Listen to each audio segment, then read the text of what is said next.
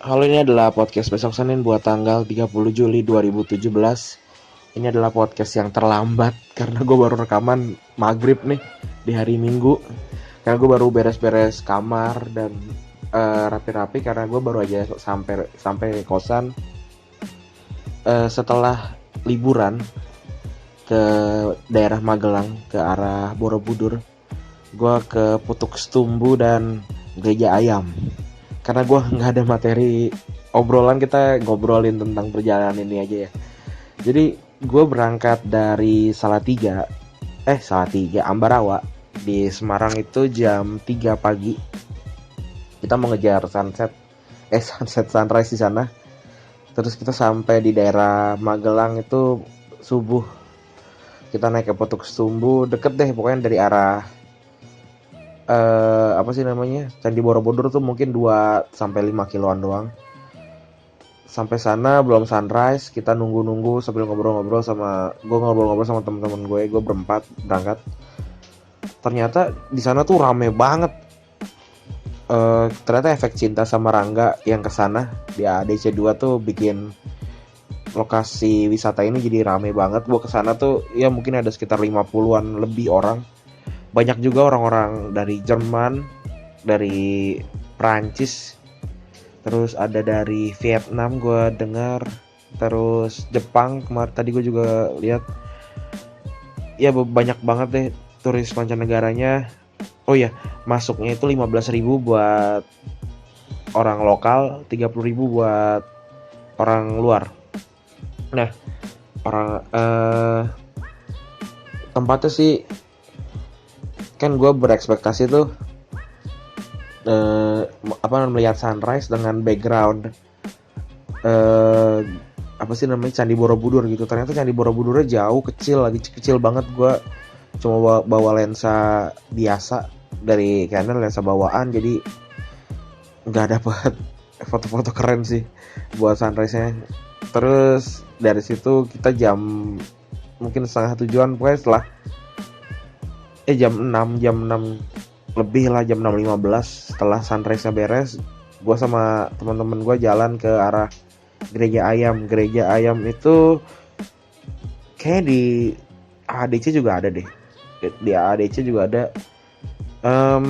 Dari mau ke Gereja Ayam tuh masih bayar lagi 15.000, jadi 30.000 untuk satu orang. Cuma kayak gitu doang. Ya nggak tahu sih kalau menurut tuh mahal. Kalau menurut gue agak terlalu mahal. Mungkin harusnya kayak 20.000 atau 15.000 tuh cukup lah buat sampai Gereja Ayam, nggak usah dibayar lagi, nggak usah bayar di tengah-tengah gitu.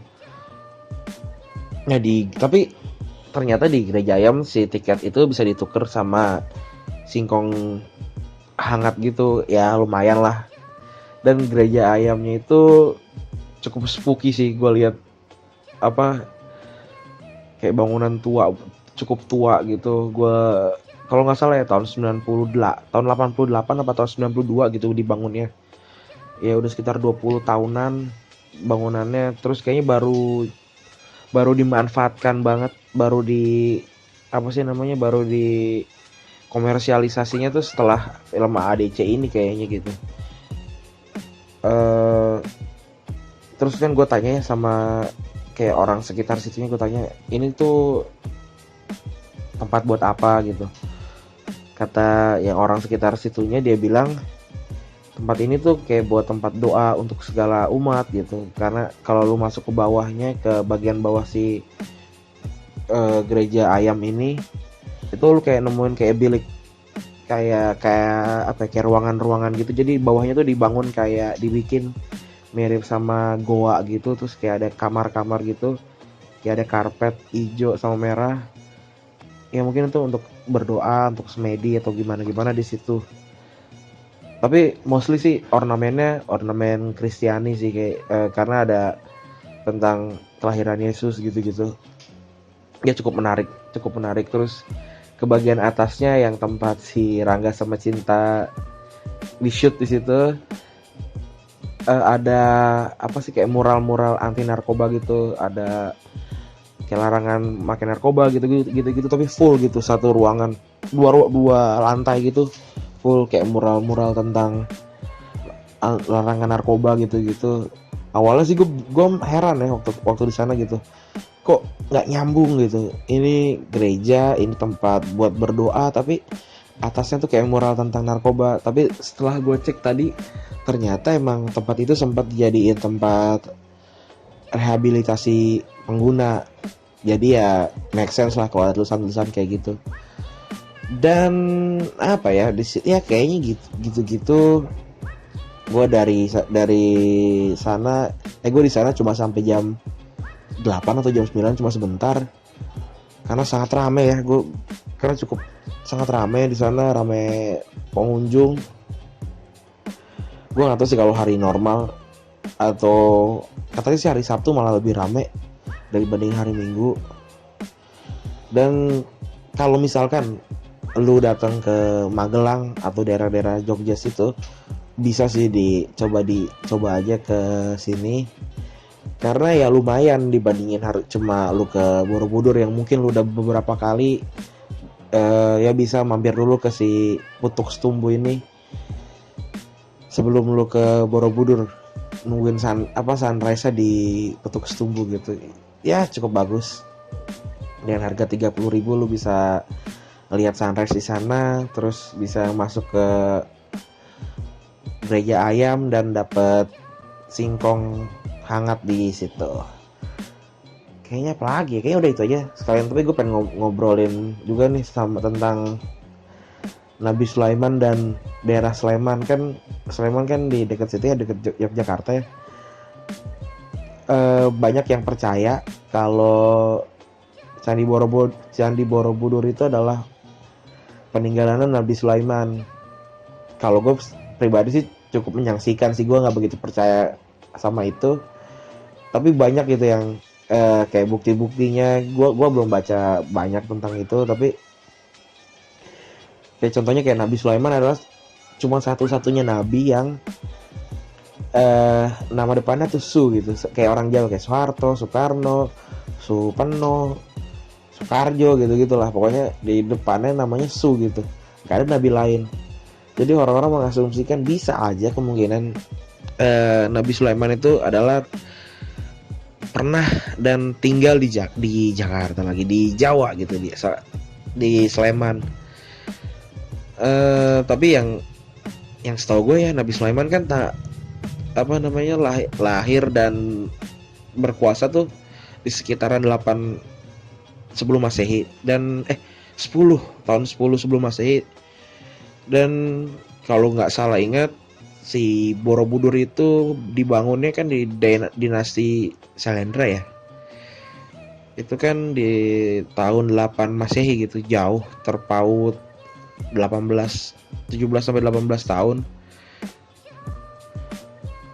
Abad 8 dan abad 10 Masehi, bukan tahun, abadnya jauh banget gitu. Nggak tahu sih bisa dipertanggungjawabkan dengan ilmiah apa enggak. Tapi tahu kalau lu cukup familiar dengan ceritanya Nabi Sulaiman, lu mungkin akan tahu juga ada kisahnya Ratu Saba yang penyembah matahari. Terus kisahnya intinya Ratu Saba tuh kerajaannya dipindahin lah sama anak buahnya Nabi Sulaiman gitu. Nah ternyata di Indonesia pun ada namanya Wonosobo gitu ya. Ini mungkin cocokologi apa gimana, tapi orang-orang cukup percaya kalau Ratu Saba itu punya kerajaannya di Wonosobo gitu. Which is cukup lucu kan satu di Sleman dan satu di Wonosobo dan deket gitu. Jadi ya cukup make sense gitu kalau untuk dicocokologi, untuk dicocok-cocokan gitu. Dan gue juga baca tadi ada yang bilang juga kalau peradabannya hilang, Atlantis itu. Jadi ada yang bilang juga Atlantis kan salah satu dari kerajaan Nabi Daud. Nabi Daud itu bapaknya Nabi Sulaiman atau kakeknya gitu ya. Pokoknya keturunannya Nabi Daud itu ada Nabi Sulaiman.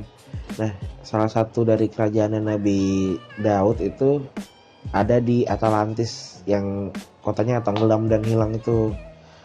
Nah, orang-orang juga percaya konon Atlantis itu adanya di Indonesia. Jadi ya kayak cocokologi gitu. Gue juga nggak tahu sih kebenaran dan keabsahannya.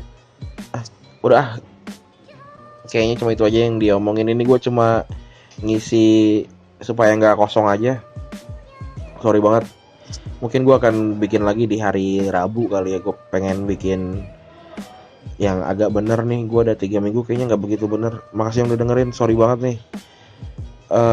Cuma ngobrolin tentang perjalanan jalan-jalan gue hari ini. Makasih yang udah dengerin. Lu dengerin gak dengerin, besok tetap Senin. Bye bye.